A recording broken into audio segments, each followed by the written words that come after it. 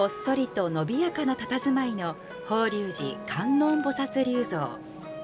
柔和な表情が安らぎを感じさせます。奈良国立博物館では明日から特別展超国宝祈りの輝きが始まります。飛鳥時代の仏教彫刻最高傑作の一つ、国宝菩薩半跏像や左右それぞれ3本の枝葉が交互に出ている独特の形状をした国宝七秘塔のほか、薬師如来立像や千手観音像など、教科書で見たことのある国宝のメジャーどころが揃いました。